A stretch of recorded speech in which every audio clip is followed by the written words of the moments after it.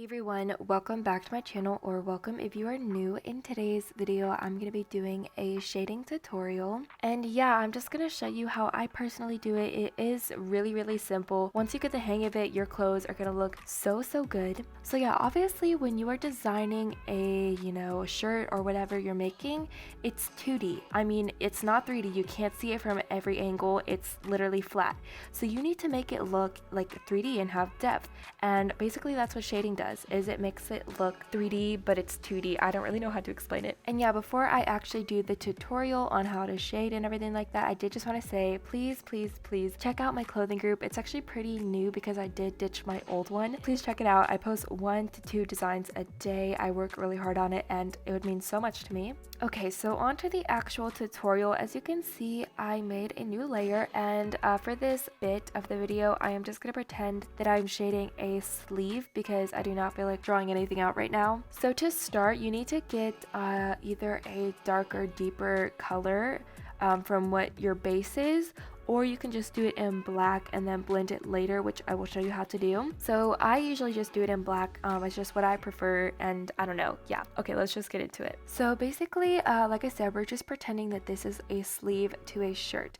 So right off the bat, we need to just add depth. We're not going to really add wrinkles or anything yet. So to do this, I just take my darker color and I use a brush. I do usually size 10, or you could do whatever you want to, and then I turn the hardness to around 30 to 50, and then I literally just go around the edges and I scroll down with my mouse so it's like perfectly straight like that. Boom, there you go. If you want it to look a little bit more like interesting, you can put like little pop outs like this, and this is just going to, like I said, make it look a little bit more interesting. So I'll show you what this looks like with and without. Okay, so yeah, now what we do is blur this. So how you do this is you literally just go to effects and then you go to blurs, and then I do the Gaussian blur. Actually, I literally don't know how to pronounce that, but yeah, I do this one.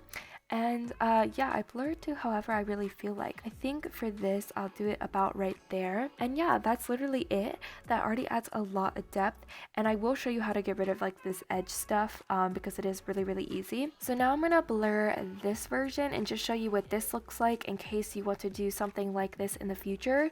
So yeah, just again, go into Gaussian blur, and oh wait, I'm not on the right layer. Oh my gosh. Okay, that was embarrassing. So yeah, when you do it like this, as you can see, it makes it look a little bit more interesting, and I actually do like how that looks better for this, so I'm just gonna stick with this. So yeah, now I am gonna show you how to get rid of the excess blur, because obviously you don't want to upload your design and have darker bits on, like that's just not cute. So basically how you do this is you literally just go onto your base layer, and I use this tool, it's called the magic wand, and you literally just select outside of the your base design.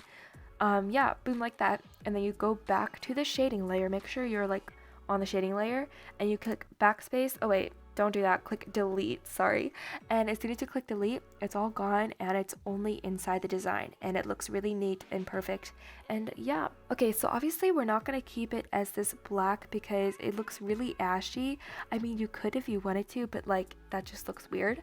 So what we're going to do now is blend this. So how you do that is you basically go, you double click on the layer, and you have your little blend mode, and there's tons of different filters here.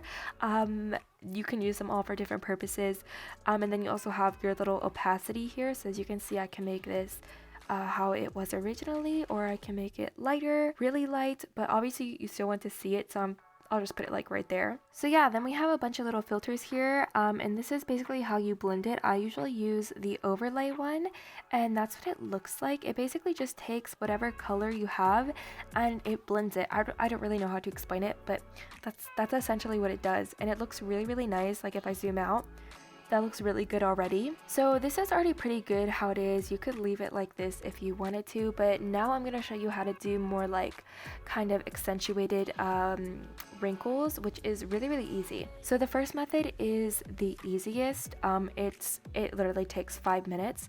So basically we're just going to do the same thing again, except I am going to use a thinner width. I think I'll do like 6. And yeah, so basically just go along the edges again. Okay, that looks really good. Make sure though that you do this on another layer, so you have your like first shading that we did, and then you're gonna have your wrinkle shading. Make sure they're on separate layers. But yeah, anyways, now we're gonna go to here, tools and smudge. Now this is actually a plugin that you have to download. It's so easy to download. It does not give you a virus or anything. I will have it linked in the description if you want to use this. But yeah, there's also another method I will show you that does not require this plugin. So once you get in the little plugin, basically it's so easy. There's only a few things you can use up here. So you just have the zoom, so you can zoom in and like actually see what you are doing. And then you have your brush size right here. It goes all the way up to 300. And yeah, I usually do it about size 10 if I want like bigger kind of wrinkles, if I want something to look a bit more oversized. But if you want something to look a little bit more tighter and fitted, use a thinner kind of brush. So I think I'll use 6. That looks about, yeah, that looks good. And then right here you can also set your pressure, and I don't really know what jitter does. I usually never mess with it because I don't know, I just don't even touch it, so don't worry about it. But yeah, your pressure kind of just messes with how much kind of you take with when you smudge it. So like if I show you, I'll put it like at a really low pressure, that's how much it does it. But if I put it at a really high pressure, that's how much it does it. So yeah, basically I just put it at usually 30 or 50. For this, I'm gonna put it at 50. So yeah, basically what you do is you just zoom in here, start at the top, and you make wrinkles. And yeah, sometimes you have to stroke it twice if you want it to like look more curved. And also depending on what angle you do it is going to be like the angle that it's wrinkled. So you could do it at a downward angle, you could do it at a straight angle, you could do it at an upward angle. You could really, you know, do it however you want to. And then also just keep in mind that you can really just like play with it, you know, so you can have it like this and keep going and kind of mess with it.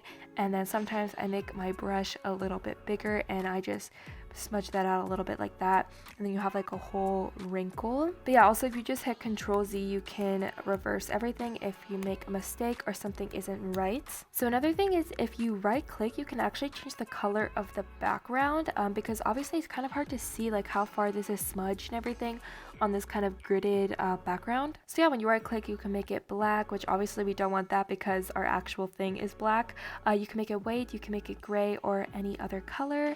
But for this, I'm just gonna make it white because I can see it the best. And yeah, so I'm just gonna go ahead and start doing this, and I will come back when I'm finished.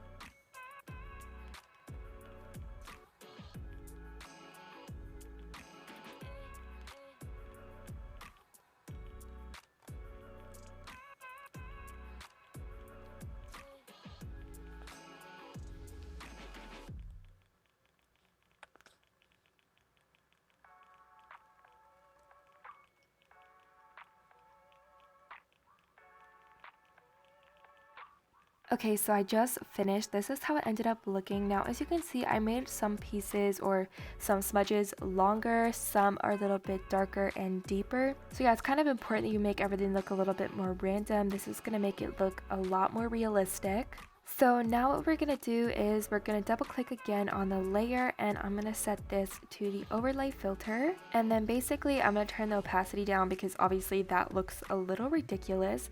So I'm going to turn the opacity down. Now this layer needs to be a little bit darker than the first layer of shading that we did. So I think I'm going to do it about like right there, or yeah, that looks good. So the final step for this first wrinkle method that I am showing you is to do a little bit of highlighting. This is just going to make it look a lot more realistic and just overall a lot better. So yeah, do this on another layer, but I like to do this under the under this layer. I don't really know what to call these. I'm just going to call this shading layer 2, and then this is shading layer 1.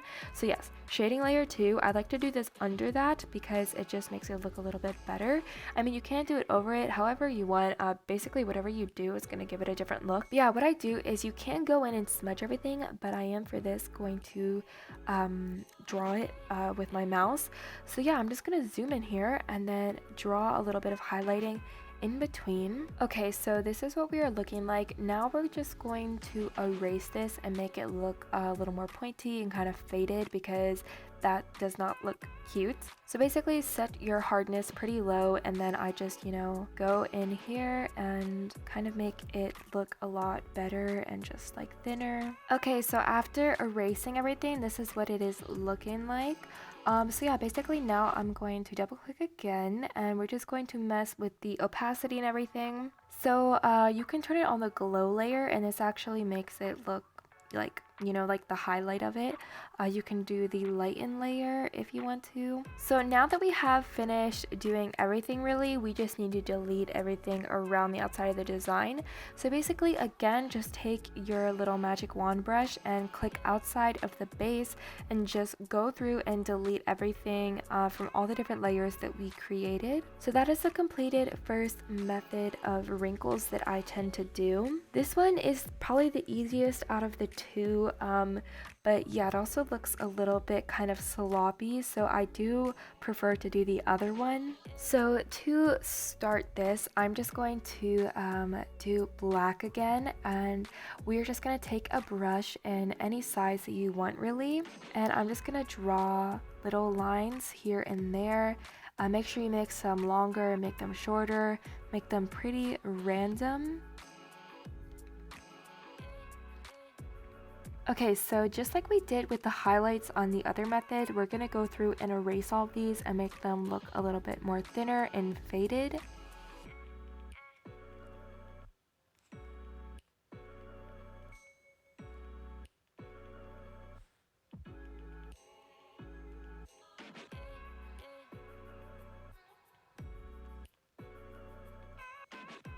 Alright, so I just finished doing that, and one thing is the pointier you can make these, the better it will look in the end, so just keep that in mind. But yeah, so now anyways, we're just gonna kind of blend these out a little bit. So how I do this is I take just the brush and I turn the hardness down all the way, so it's going to be super foggy, and I also turn the opacity down quite a bit, and I'm going to do this at a size 2, so basically just do it in a smaller brush than you originally drew everything. So yeah, turn the opacity down quite a bit and just go through every wrinkle and kind of fade it out under like this.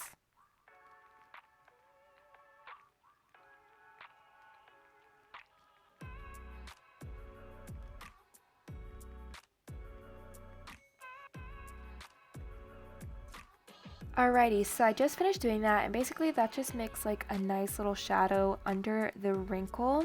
So yeah, now what we're gonna do is we are going to duplicate this layer, and basically we are going to go to adjustments, hue and saturation, and we are gonna turn the lightness up all the way to weights. And then what we're gonna do is we're gonna go to the move selected pixels and a little tool here, and we're gonna move this above the wrinkles that we just made. So then next I kind of like to blur it a little bit, but not too much, like literally just like ever so slightly. So then what I do is I like to just combine the two layers, and then I double click again, and we're just gonna mess with the overlay and opacity again. So yeah, I'm gonna put this on the overlay filter and maybe do it about right there.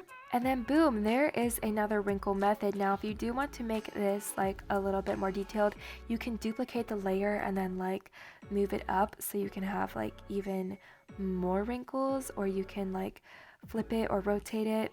So yeah, that is the completed two methods. Now I am going to show you what it looks like when you combine the two, because it is actually pretty cool. So I am going to duplicate this layer and move it over to this other layer. So yeah, that is the completed tutorial. I really hope that you enjoyed. I also really hope that this video was helpful, and if it was, let me know in the comments if there's like anything else you want me to do a tutorial on in regards to designing. But yeah, anyways, I really hope that you enjoyed, and I will see you next time.